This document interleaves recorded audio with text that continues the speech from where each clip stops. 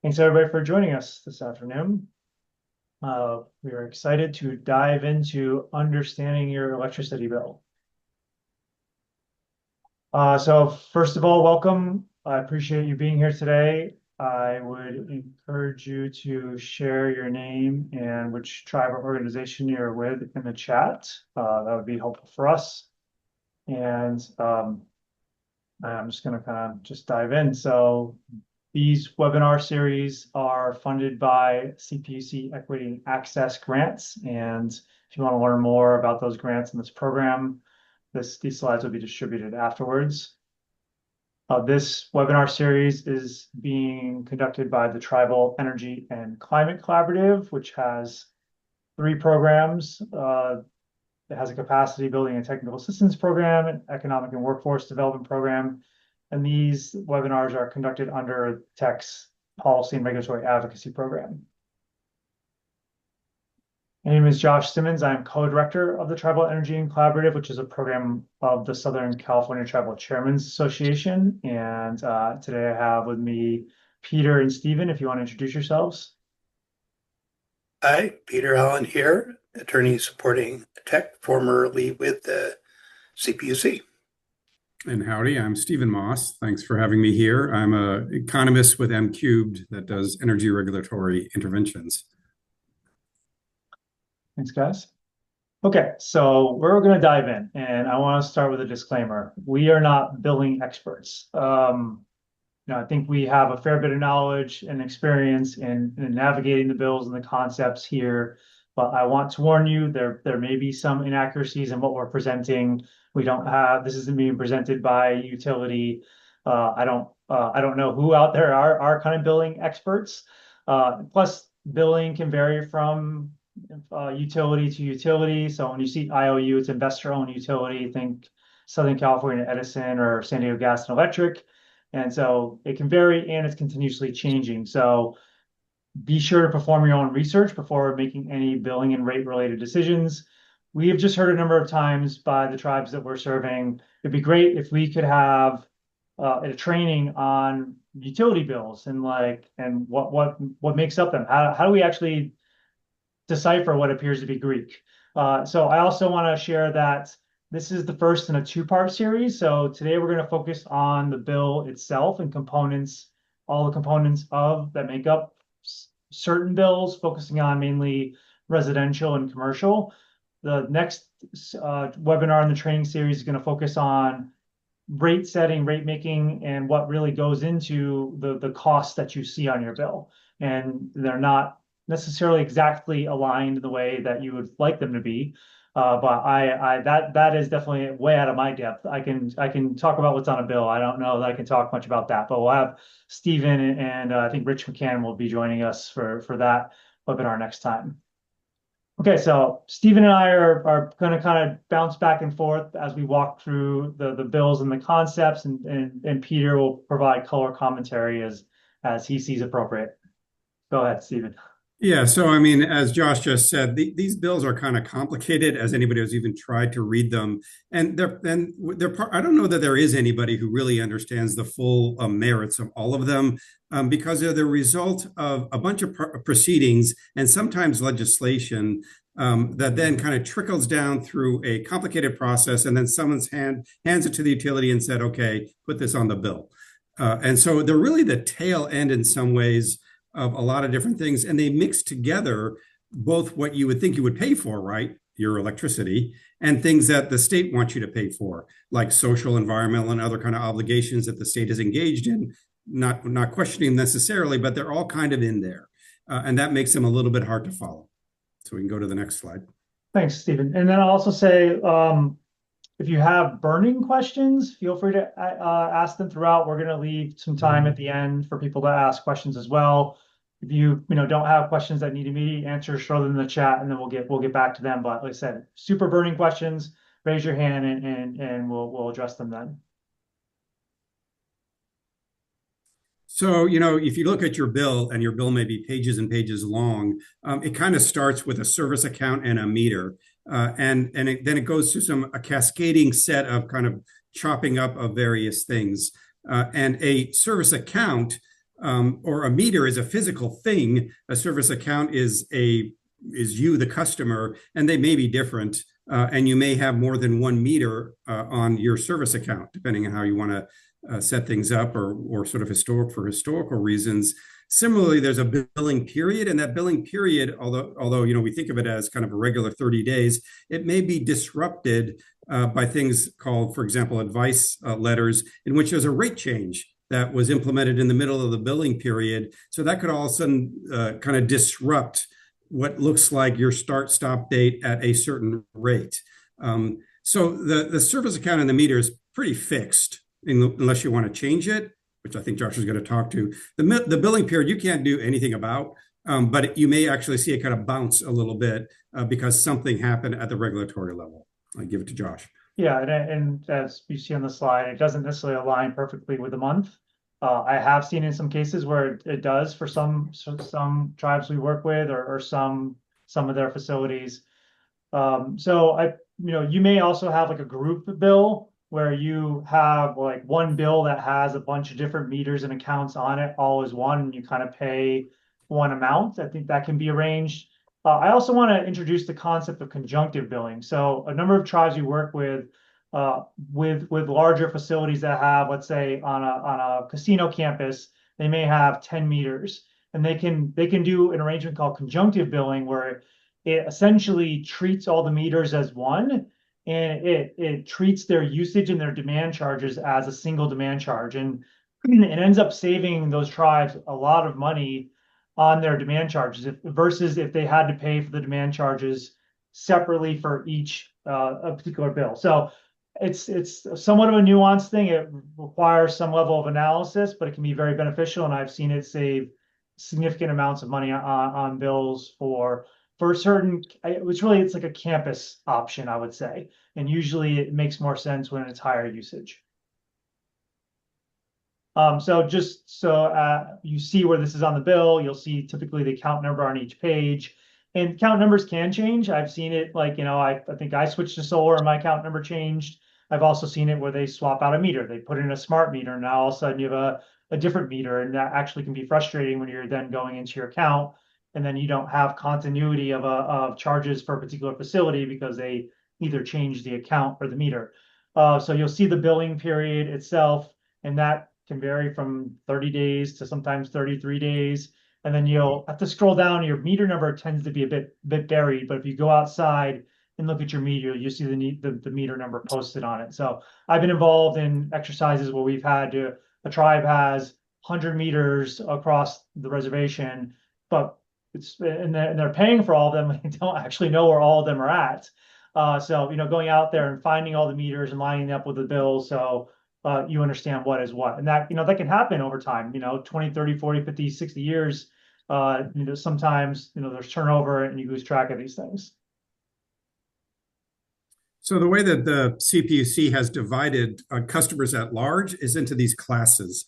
And these are the customer classes as defined by the California Public Utility Commission.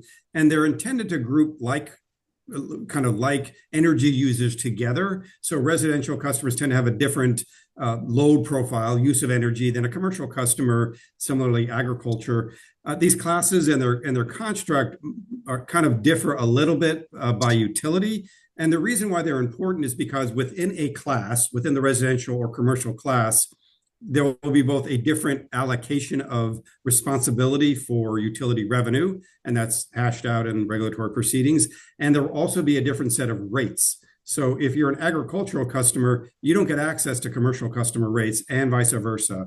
So the kind of constrained buckets are important from that perspective, and they're also important when it comes time to kind of debate things in regulatory proceedings.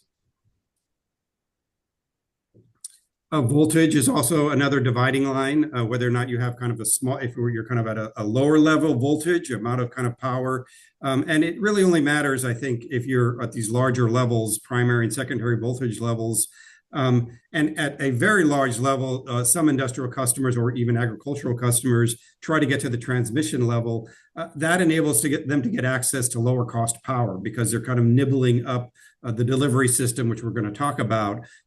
So this again is sort of a dividing line, essentially, of what you're going to pay for as part of the system. And as you go further up the voltage hierarchy, the larger voltage demand, you're going to be paying less of the kind of delivery charges and more of direct electricity charges. You'll have different rate structures. Similarly, we divide things up by time of use. Time of use emerged maybe 15, 20 years ago and has gone through many different modifications. I think we're all kind of used to the notion that energy costs more depending on when it's being used and the season in which it's being used. And a lot of that has to do with when there's renewables available. So you see on the chart, there's an off peak, which is when there's plenty of power and it's the lowest cost rate. And then sort of super off peak, meaning like, this is a different kind of rate during the winter. And then you have seasonal rates, right? And you'll see that on this bill and you'll see the timing of that. And I think we'll go through a little bit of the different actual cost implications. In general, summer is more expensive. And in general, winter is less expensive. And the peaks change depending on the time of season. And you may be better off, this matters because you may be better off on a different rate depending on when you most want to use electricity. So I talked a little bit about the fact that there's this kind of delivery component. So there's again, we're dividing things up, right? We're cutting up the cost of providing the electricity services into, again, these different kind of categories. Here we have generation, that's a commodity. That's just the actual energy that you're consuming, the actual electricity that's been generated somewhere and provided to you. And then there's the delivery cost, which is all the stuff that it took to take that electricity from wherever it was generated all the way to your business or your home. That tends to be the larger part of the bill, of your bill, and it tends to be where most of the rate, when you see rate increases and escalations and affordability issues, it tends to be related to electricity delivery. And in both cases, there will be options, which we'll talk about down the road of this presentation. You can go to a CCA, for example, for generation, electric delivery. That's a little bit different and harder to reduce your dependency on it. And then there's recently been introduced this thing called a basic services charge, which is a new fixed fee intended to pay for delivery, fixed infrastructure costs, whether or not you use energy. And it is basically your contribution, and this is a residential charge, to pay for the fixed cost of running a utility. And it is actually graduated. Not everybody pays the same amount of fee, depending on mostly income in this case. Okay, so there's just a quick kind of example snapshot from the bill itself. So on the left side, you have electricity generation, and in this case, there are two different tables that seemingly are saying the same thing, but it's split up because like Stephen mentioned earlier, and this happens very often, you'll see this on your bill all the time, the rates changed in the middle of a billing cycle. So the first 12 days were at one rate, and then the generation charges changed to something different, either increased or decreased and it looks like they increased, which is not surprising, for the second 21 days of the schedule. So then on the right side, and you'll see here, kind of look at the total values, and I don't have the totals here, but the electricity generation is lower than on the delivery side of things. The delivery side has a lot more to it. There's some that's based on kilowatt hours usage, and then there are demand charges that are based on, there are delivery charges based on demand. We'll get to the demand concept in a moment, but if you add these up, you can see the delivery charges are proportionally higher than the generation charges, and this is for paying for all the infrastructure Stephen was mentioning. And then this is also a snapshot from a bill about the base services charge, which is a very recent thing. In this case, it's 32 days instead of 31. So I think it's prorated up. If it had been 31 days, it probably would have been 24. But since it's 32, it's 25, 41. So just so you can see where these things are on your bill. So then I guess that was a nice segue into usage versus demand. So you're paying for electricity and delivery, but you're also, in terms of the electricity itself, you're paying for usage. So how many electrons are you paying for? The actual power that's going into your house, you're paying for that over time. So you typically pay for it in kilowatt hours. So kWh is kilowatt hours. You'll see that measurement on your bill. You can compare it to if this was a water utility, it's the amount of water you paid for. Versus demand charges, which are also on your bill if you're a non-residential customer. And this, at least for an investor-owned utility, some electric utilities charge demands for not for residential customers as well. This is for the instantaneous amount of power you use at once. So think of this, if you're thinking about it in terms of water, this is the size of the pipe, but think of the pipe as expandable. So within a given month, you're going to pay for your demand charges based on how big that pipe ended up having to be. So, if you got up to 100 kilowatts just one time in the entire billing cycle, you're going to be paying for that. But there are non-coincident demand charges and coincident demand charges. So I guess coincident demand charges first is the demand, your peak demand within a given billing cycle for during a peak period. So, Stephen previously talked about peak and off peak, and generally the utilities are trying to get, or the state, the utilities, CPUC are trying to get people to use less energy in the peak periods because that's where demand is highest. It puts the greatest strain on the grid, and that's why costs are lower on the off-peak periods. So then you'll pay based on what was the most amount of power you asked for at any instantaneous moment during those peak periods, and then you also will separately pay for during the non-coincident, during any time during your billing cycle, what was the highest instantaneous amount of power you asked for. So if you look at a bill, this is a commercial bill. You'll see up here, and again, it's split because the billing, the rates changed in the middle of the billing cycle. So we have the on-peak demand, that would be your coincident demand, and then we didn't cover time of use demands. So I didn't catch that and was able to research that. And then the non-coincident demand charges. So you're paying for both.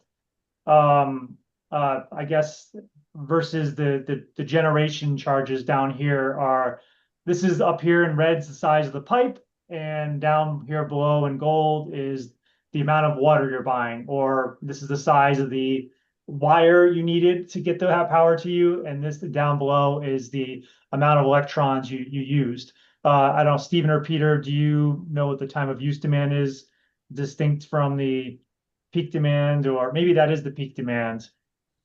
Well, if you look at the numbers and the time of use for usage match the non-coincident demand. So that's going to be the maximum thing. The thing I was looking at that I was curious about is the on-peak demand number is pretty small. So I'm thinking that on-peak demand, that's probably an adder onto the non-coincident demand. So you'd have your maximum demand, the 134.4 kilowatt that you get charged for. And then to the extent you have stuff that's on peak, it looks like you get a little extra chunk added on based on that, since it's a lower number.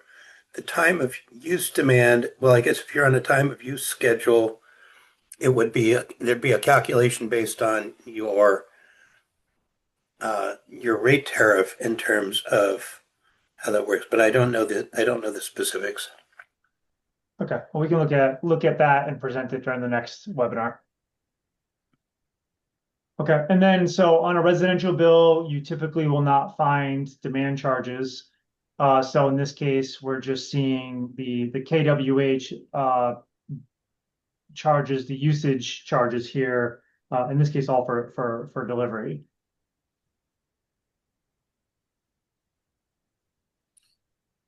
So then we have this baseline allowance credit. And I think we're far enough into this presentation that you can see why this is so complicated. And it's actually impossible for somebody who doesn't know anything about electricity or electricity rates to read this bill, right? It's even hard for us.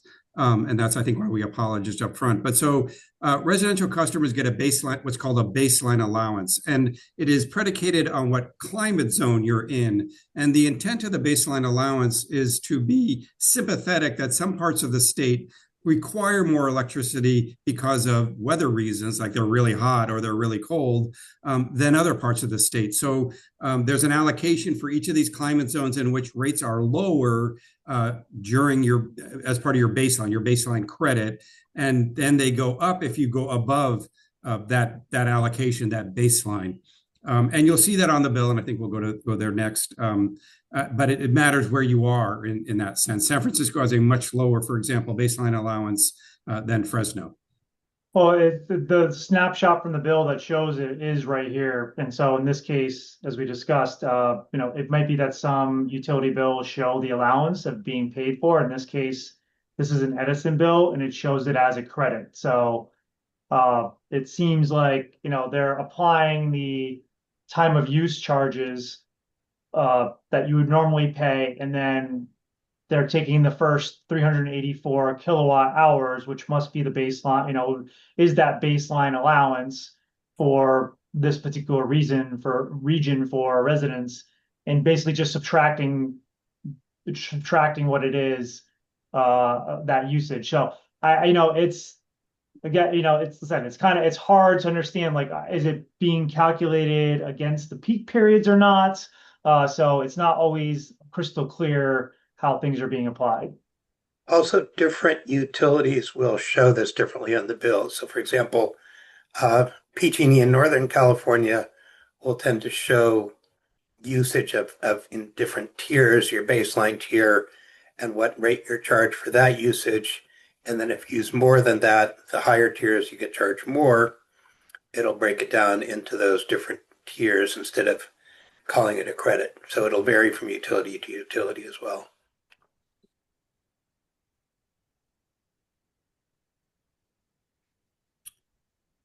So, I mean, here is a tariff example, and it is a TOU tariff. And so you see that, and you can see kind of, again, it's the same breakdown, we kind of a similar breakdown to what we just saw with the baseline credit, and that there are different charges. And really the way to look at it is, and now we're in the winter in this bill, and you see that at the super off-peak level, the payment is 24 cents plus a little bit per kilowatt hour, as Josh explained, and then it goes up to as high as 31, almost 32 cents. That's a pretty significant difference over a bunch of kilowatt hours, right? It'll add up. So you can see it does matter when the electricity is consumed. And this is one particular rate, right? And it says it's the default rate for people enrolled in NEM 2.0. But there are other TOU rates the TOU tariffs that will have a different set of pricing for each of the different periods.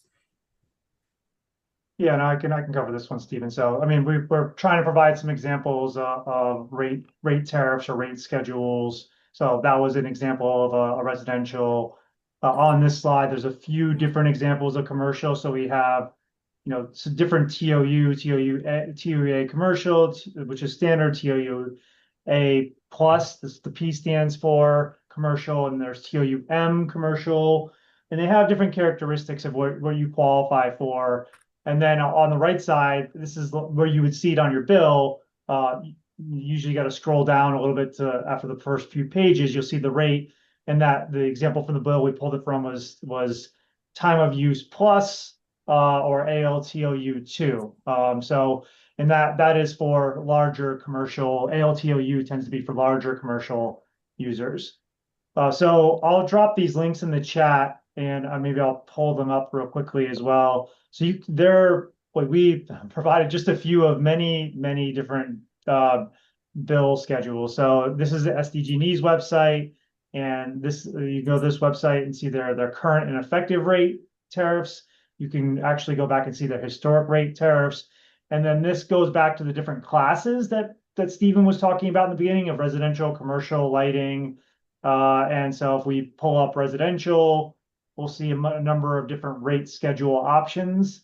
And then if we go to commercial, there are those options. And then, you can kind of keep going down. You have miscellaneous, and then these can be kind of adders to the rate schedules itself. So it requires, I think, a PhD to kind of be able to understand and navigate these things. And they're changing all the time as well. But there's some opportunity in this, and Edison has their website. as well you can go to, and they don't all look the same. PG&E's is a little bit cleaner in a way, but you can, go to the title page of the tariff book for Edison, and then maybe it's the index of communities or historical pricing choices. Okay, yeah. So you go here and you see they break it up a little bit differently. They have residential, general, industrial, ag, pumping, and street lights. And then same thing, you kind of click on it and you'd see the different rate schedules that you can download. So get this back over. And in some cases, there have been cases in which, for example, someone might be better off on an agricultural rate, and maybe they have a community garden or a small crop. Agricultural rates tend to be lower than commercial rates, and sometimes are even lower than residential rates. So there can be movement between classes, which is something you might want to pay attention to if you're in that kind of situation, whether there might be some fungibility between being residential, commercial, or agricultural.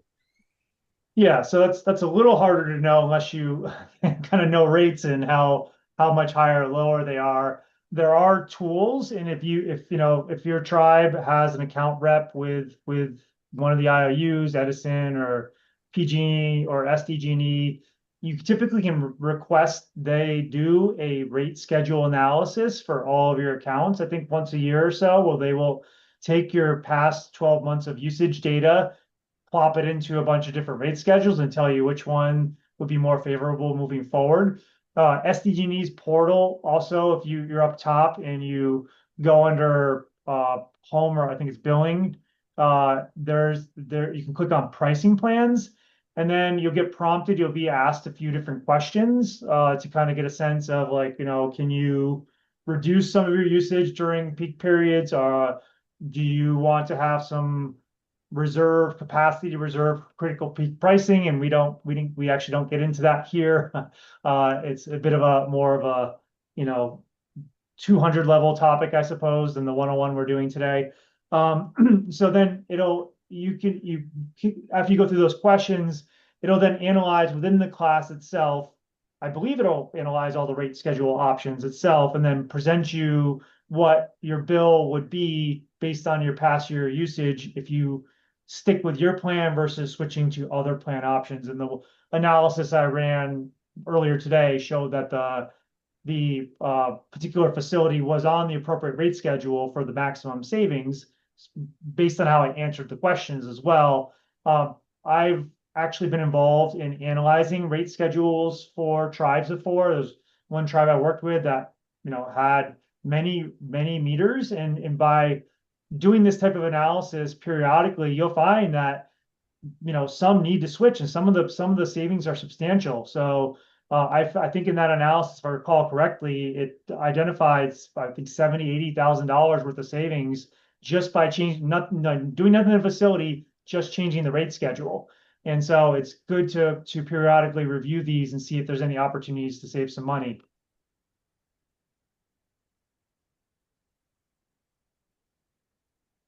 Yes, this is back to me. So they're now, this is a little bit like archaeology, as we have discussed these slides and how to put them together. Originally, there were only bundled customers, and those are customers who receive all services through the electric utility, and that's the basis for the monopoly, right? The electric utility is the only corporation that's providing the energy services in a specific territory. That started to unravel a bit when direct access was offered as a possibility, and I think there are tribes on direct access. And then the emergence of community choice aggregators. And so at this point now, there's a distinction being made between a bundled customer who only gets energy services from the IOU and unbundled customers. That matters because that's going to separate the bill as well. Some of the bill is going to go to the direct access provider, and some of it's going to go to the CCA.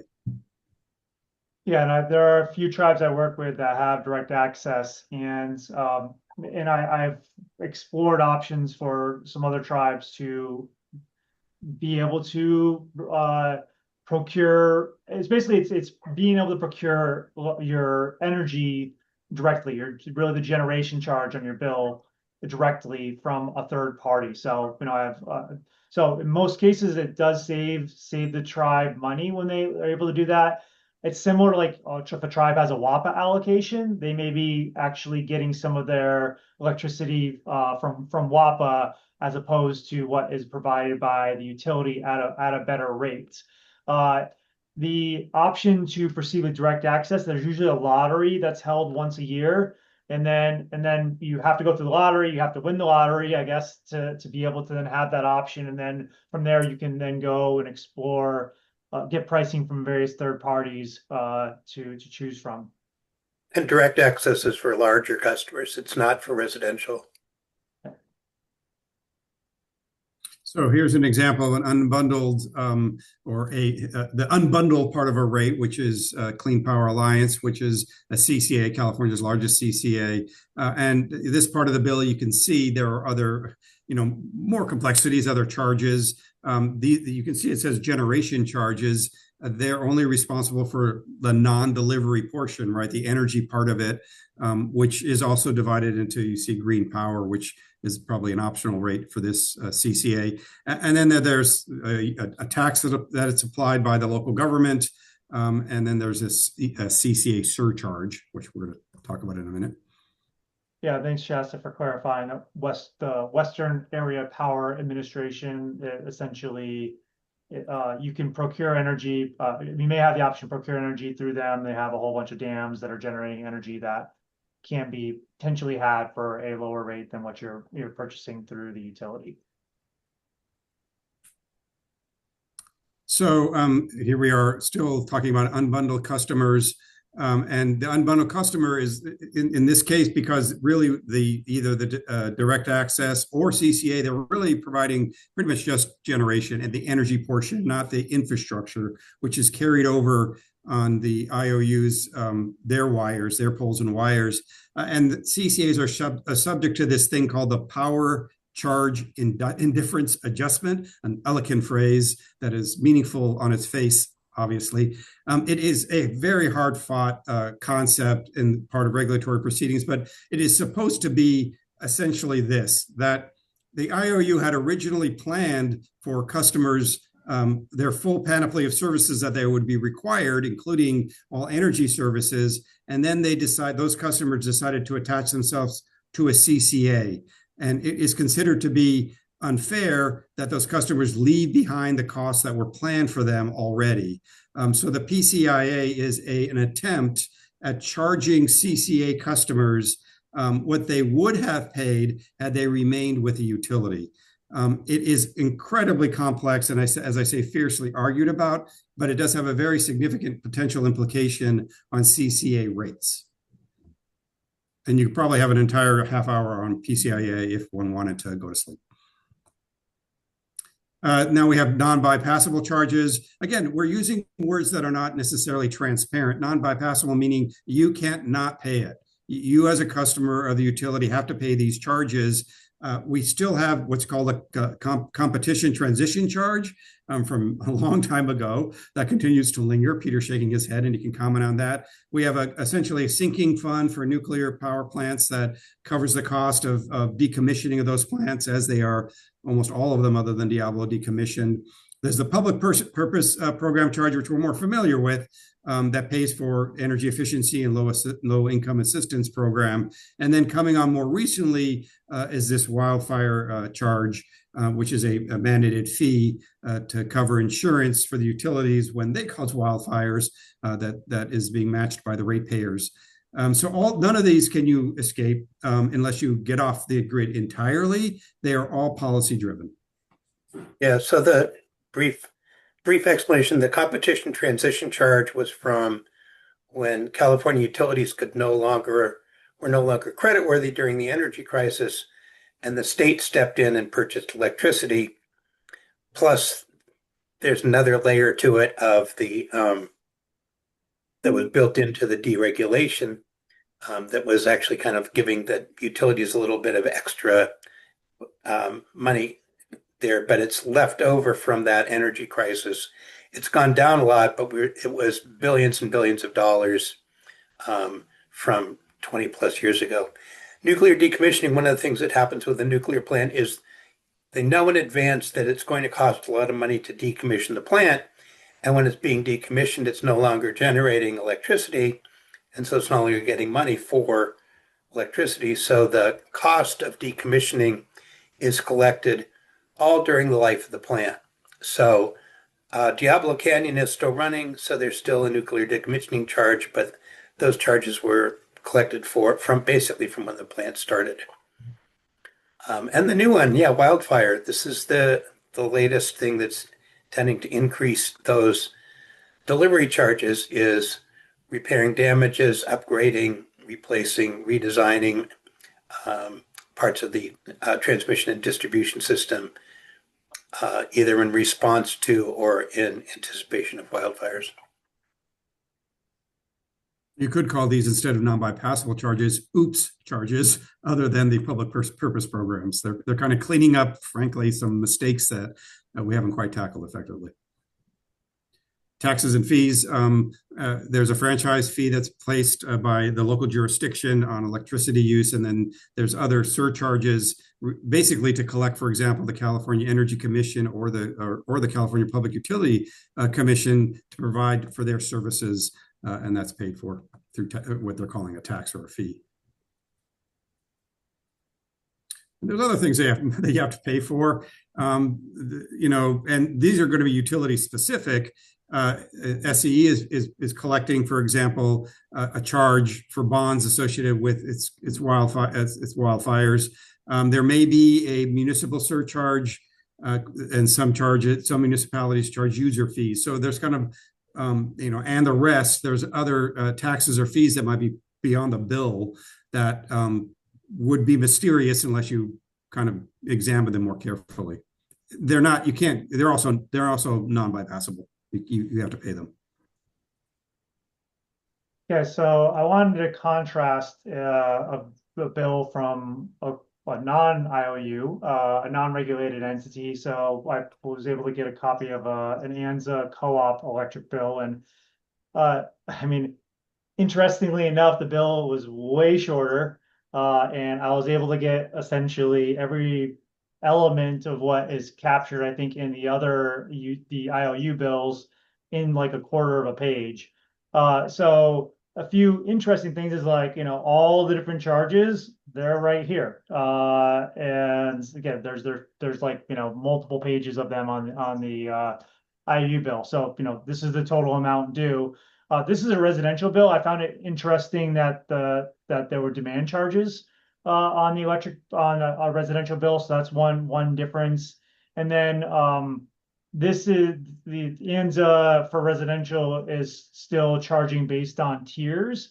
So that was kind of before the utilities several years ago moved to everybody being on time of use. They used to be on tiers similar to this, but I mean, there's the service available. So there's the energy charges, there's the demand charge, there's service availability charge, power cost adjustment, which I don't know what it is, but there's some taxes, and that's the bill.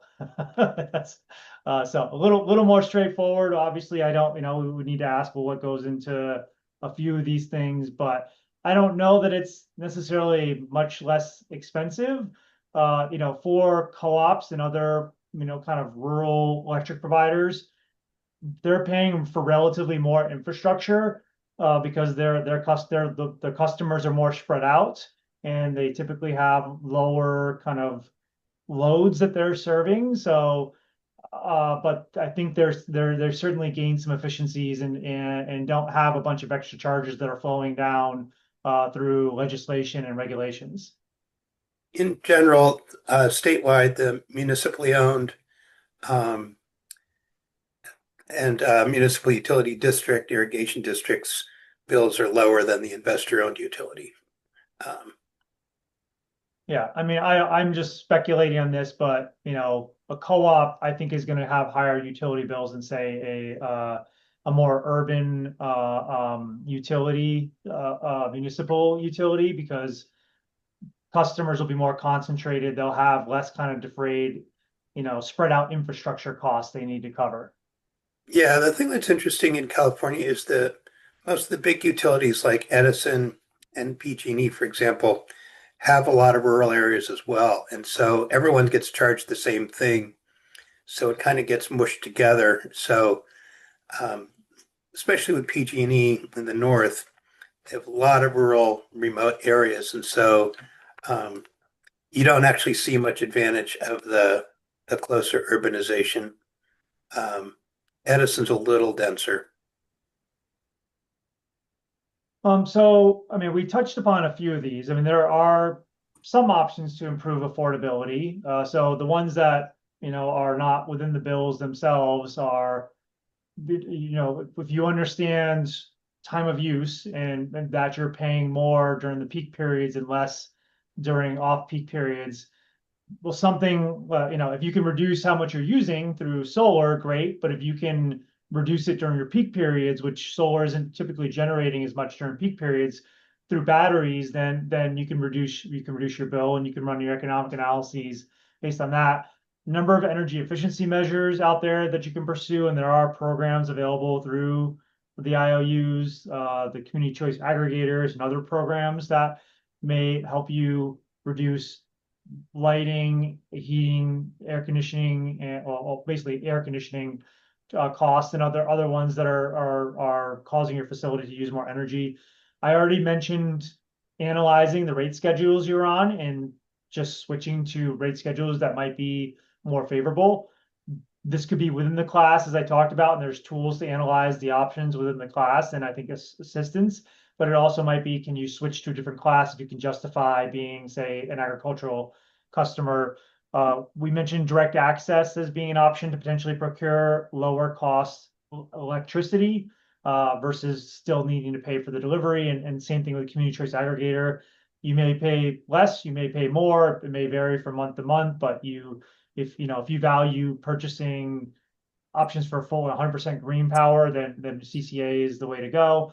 And then conjunctive billing, I've seen with large campus customers tend to save a significant amount of money, like potentially in the millions of dollars with their demand charges.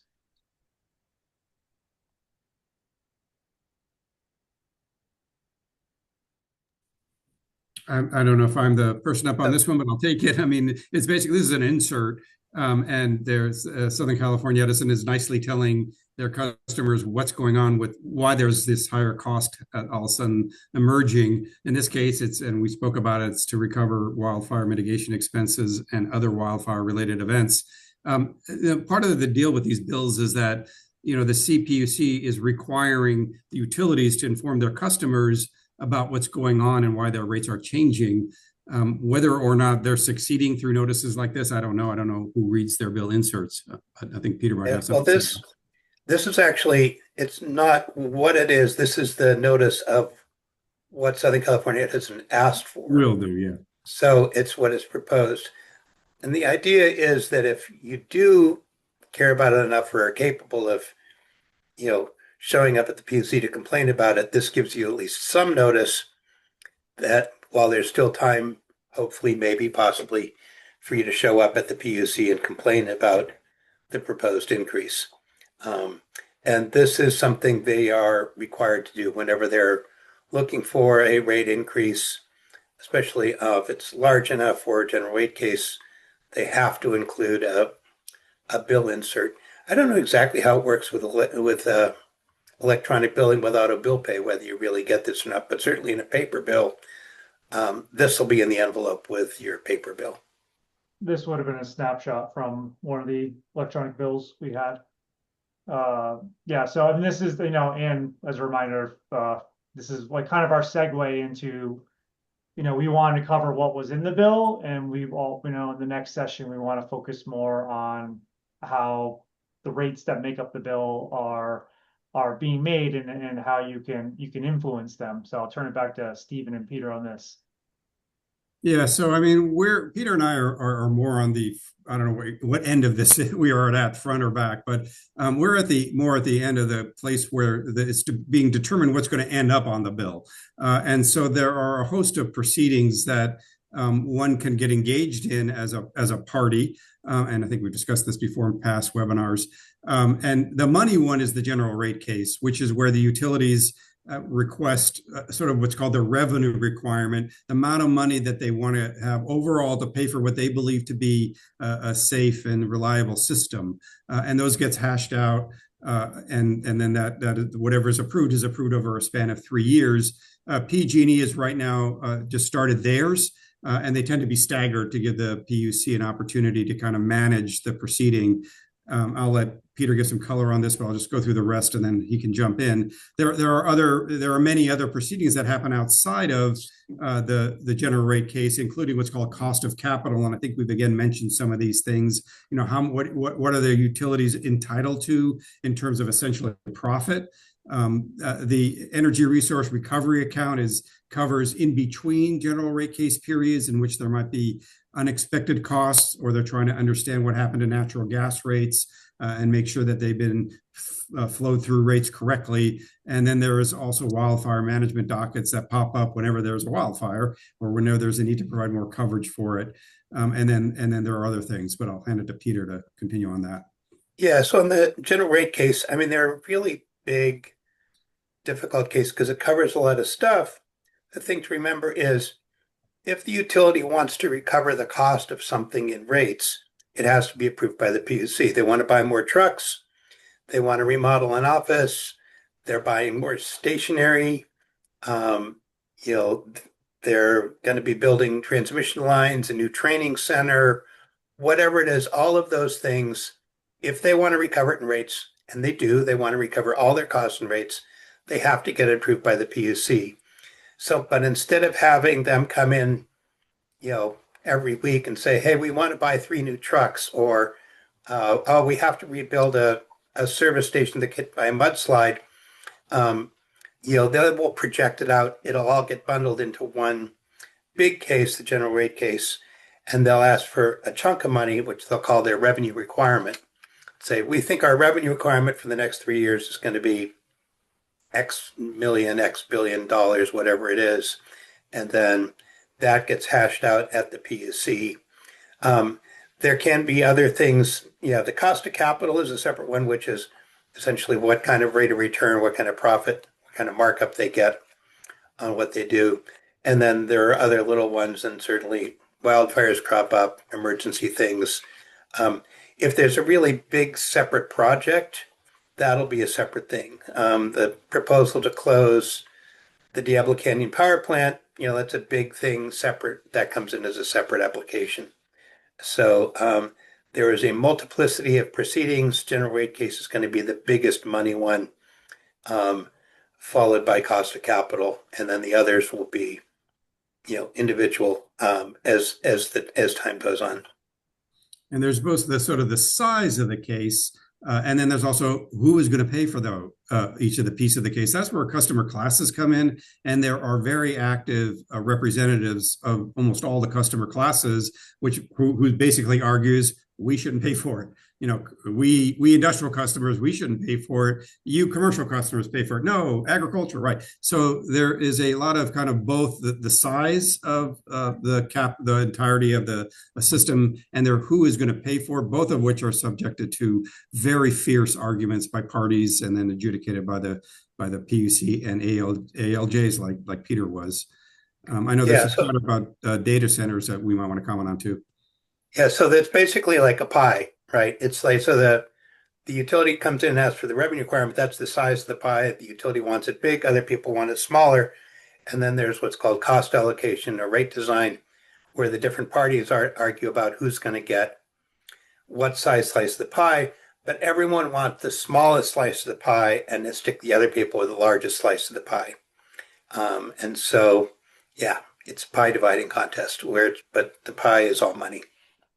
Yeah, well, and think of it too, like who is representing them and who by who and how much money do they have. So I think in general, you're going to see the more well-resourced advocates on the industrial side, commercial side. So T brought up was wondering what types of increases we will see with data centers proliferating. So, I mean, certainly there's going to be increases due to the increased infrastructure needs. And then there's going to be people who own the data centers, and these general rate cases are going to be saying, oh, well, these are all the reasons why you know, we don't owe this much money. Like, this is why, you know, everybody else needs to, the rural customers, the residential, or whoever really is, they're the driving forces behind these increases in need for infrastructure. So a lot of kind of jockeying. I don't know if, you know, Stephen and Peter, if you have any uh thoughts on what data centers may end up doing aside from making costs go up. Yeah, there's been a lot of interesting analysis by different people, and there's some different conclusions. And some people actually are thinking that there's a possibility that data centers, if you allocate the cost properly, could actually make rates go down for some customers. I haven't followed it because I'm not an economist, but yeah, the data center operators are going to look probably to try and get as much subsidization of. The problem is that as the data centers come in and it's going to require more transmission and distribution infrastructure, the question is who pays for that when it's only needed for the data center. So there's a cost allocation question. The residential ratepayers will be like, hey, if the data center wants this to build this and they're the only ones who need it and they're the only beneficiary, they should pay for it. Data centers and others will probably be arguing it's like, well, the standard practice is everyone shares in the cost of upgrading the transmission and distribution system because everyone benefits from having a more robust system. And so therefore the cost should be spread out. So that'll get fought out. I haven't been following closely. I don't think that's been resolved in California. Other states have had to deal with it more, where some of the data centers have gone in more quickly. So, Stephen, I don't know if you have anything more up to date on that. I mean, this is obviously going to be an active part of the legislative discussion in the coming year. There is a kind of, I would say there's forces at work that are trying to push different agendas, one of which is the data centers should pay for themselves, or if they don't, they should pay customers around them to make room on the grid in a cost-effective way for them. So, you know, the kind of a community-based, like, okay, the data center should pay for energy efficiency, solar and whatnot around the data center so that it diminishes the need to make additional investments. That's going to be an argument that's going to happen this year. There's also an argument every single data center that's planted will always have backup generators, and they will almost all be diesel. So there's an emerging argument or discussion about, well, what are we going to do about that? A further explosion of essentially fossil fuels to support these data center reliability.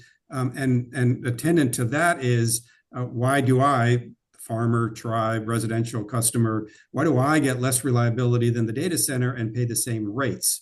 So this is going to be part of a host of conversations that are becoming ripe right now. There are some people, as Peter suggests, that believe that data center demand creates an opportunity for reduced rates because historically that's what demand has done. If investments are made appropriately, they're paying for it, right? It's not clear that the current regulatory system can handle that actual in terms of an outcome. But this is all going to be discussed this year, and tribes may want to be involved in that discussion. There's also a large debate, yeah, as Stephen mentioned with the diesel. How are these data centers going to be powered? Where's the power going to come from? There's a lot of buzz about, you know, small modular reactors, nuclear, reopening nuclear plants. In general, nuclear has not been cost effective, and the timeline for getting new nuclear online is pretty long, and these data centers are going in now. So it's not clear that is viable. Elon Musk in Memphis is running a whole bunch of natural gas turbines, which from an energy side standpoint is bizarre because they're not super clean and they're not super efficient. They're expensive to run, but he's not worried about that because the economics are completely different. You know, he's looking to try and get a monopoly position in tech rather than being finding an efficient, inexpensive use of energy. And it's also caused some serious pollution issues there. So, yeah, the source of generation for these things is going to be an issue as well. Oh, thanks for that. And I see your comment on, you know, I mean, there are tribes that are interested in data centers, and certainly those that are interested in siting data centers on tribal lands, and that's, you know, considerations that tribes need to navigate. You know, we got through the utility bills, you started wading into some of the rate setting afterwards. You know, I think hopefully it's you know, a little less clearer than mud after going through this. It's still, like, it's convoluted. I mean, your bill's convoluted. And so, but we have a few minutes left. Do you have any questions?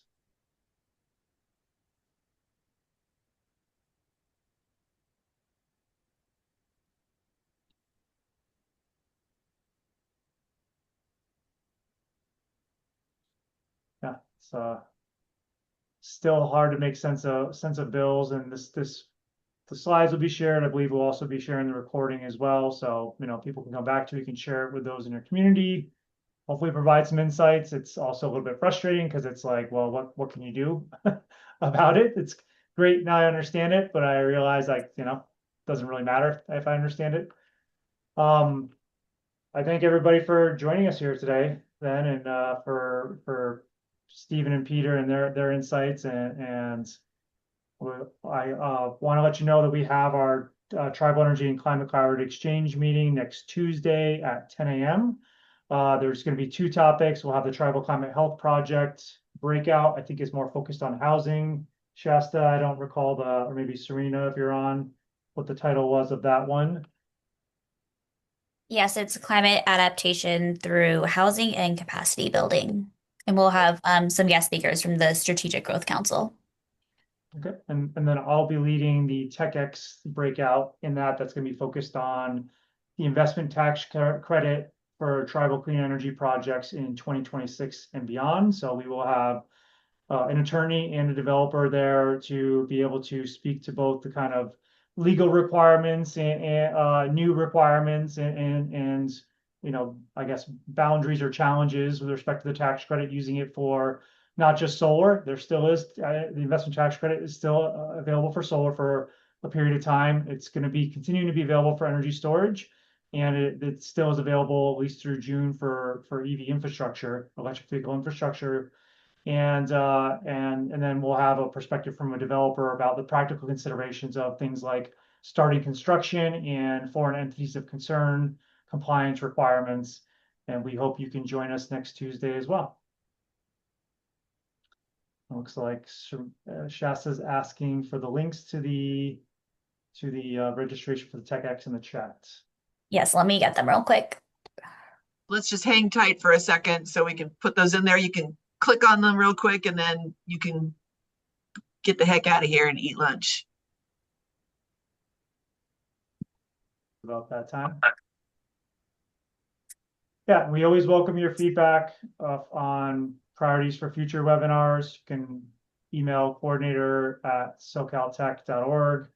And when you get the slides, you can click on the link to complete a form. And we want to customize this for what tribes want to learn about with respect to the CPUC, and by default, investor-owned utilities that are regulated by the CPUC. Thanks so much, everybody. I hope you have a great rest of your day and a weekend.